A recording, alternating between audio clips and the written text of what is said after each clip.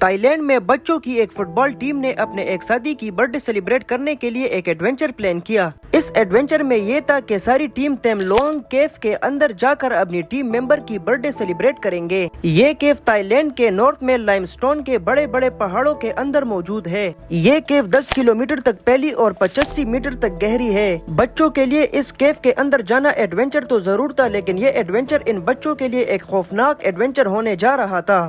23 جون 2018 کی بات ہے جب 12 بچے جن کی عمر 11 سے 16 سال تک تھی، انہوں نے اپنے 25 سالہ فٹ بال کوچ کو بھی اس پلان میں شامل کر دیا۔ یہ لوگ اپنی بائیسیکل پر سوار ہو گئے اور تیم لوانگ کیف کی طرف چل پڑے۔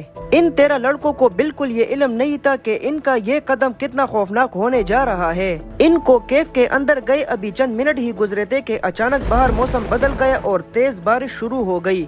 لیکن کیونکہ یہ 13 لڑکے اندھیری غار میں کافی ڈیپ جا چکے تھے تو اس کی وجہ سے ان کو باہر پڑنے والی بارش کا بالکل بھی اندازہ نہیں تھا۔ اب کچھ گھنٹوں کا ٹائم گزر چکا تھا۔ لڑکوں کے گھر والے جو یہی سمجھ رہے تھے کہ ان کے بچے فٹ بال کھیلنے گئے ہیں، جب وہ ٹائم پر واپس گھر نہ لوٹے تو ان کو پریشانی ہونے لگی۔ کیف کے اندر موبائل نیٹ ورکس نہ ہونے کی وجہ سے اب نہ تو ان 13 لڑکوں سے کانٹیکٹ ہو پا رہا تھا اور نہ ہی کسی کو یہ معلوم تھا کہ وہ اس وقت کس جگہ پر موجود ہیں۔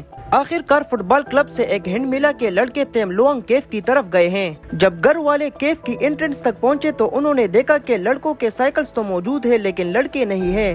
ابھی پیرنٹس یہ دیکھ رہے تھے کہ ان کو ایک اور دھچکا لگا۔ انہوں نے دیکھا کہ شدید بارش کی وجہ سے کیف کے اندر دڑا دڑ پانی جا رہا تھا، جو کہ واقعی ایک خطرناک سگنل تھا۔ یہ سب دیکھ کر انہوں نے ریسکیو ٹیم کو بلا لیا، جو آتے ہی کیف کے اندر چلے گئے۔ کیف کے اندر پانی بڑھتا جا رہا تھا اور ریسکیو ٹیم کو گھٹن کی وجہ سے سانس لینا بھی دشوار بن گیا۔ رات کے 1 بج چکے تھے لیکن لڑکوں کا کوئی پتہ نہیں چل سکا۔ ساری رات کیف کے اندر پانی کا لیول بڑھتا جا رہا تھا۔ صبح ہونے سے پہلے ہی ریسکیو ٹیم نے سب سے پہلے کیف سے پانی کا لیول کم کرنے کے لیے ہیوی ڈیوٹی پمپس لگا دیے۔ فٹ بالرز کو کیف کے اندر گئے پورے 24 گھنٹے گزر چکے تھے اور ہر گزرتے پل کے بعد ان کے زندہ رہنے کی امید ختم ہوتی جا رہی تھی۔ ریسکیو نے ڈائیورز کی ایک ٹیم تیار کی تاکہ وہ پانی سے ہو کر کیف کے اندر تلاش کر سکے۔ ڈائیورز کو مشکلات کا سامنا کرنا پڑ رہا تھا کیونکہ پانی اتنا میلا تھا کہ ڈائیورز کو اپنے ہاتھ تک نظر نہیں آ رہے تھے۔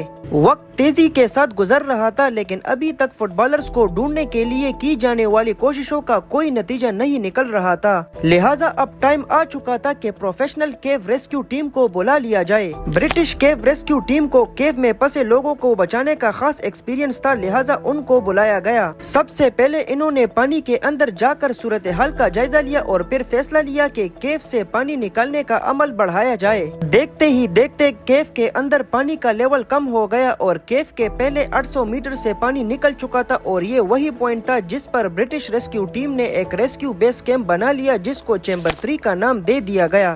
درجنوں آکسیجن سلنڈر اور اکوپمنٹ چیمبر 3 تک لائے جا چکے تھے کیونکہ اب ریسکیو آپریشن یہی سے سٹارٹ ہونا تھا۔ فٹ بالرز کو غائب ہوئے اب پورے 10 دن گزر چکے تھے۔ چیمبر 3 سے ڈائیورز نے پوری تیاری کے ساتھ پانی میں جانا شروع کر دیا۔ گھنٹوں سوئمنگ کرنے کے بعد ڈائیورز پتایا بیچ پوائنٹ کے قریب پہنچ چکے تھے۔ یہ وہی پوائنٹ تھا جہاں فٹ بالرز کے ملنے کے کافی زیادہ چانسز تھے، لیکن پتایا بیچ پوائنٹ پر پہنچنے کے بعد جب انہوں نے دیکھا تو جیسے ان کی ساری امیدوں پر کسی نے پانی پھیر دیا ہو، کیونکہ پتایا بیچ پوائنٹ پر وہ موجود نہیں تھے۔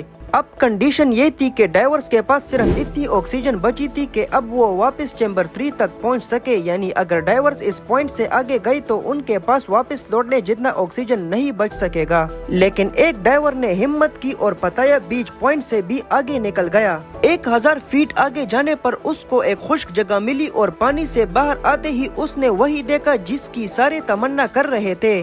سہمے اور گھبرائے ہوئے فٹ بالرز وہی صحیح سلامت پائے گئے۔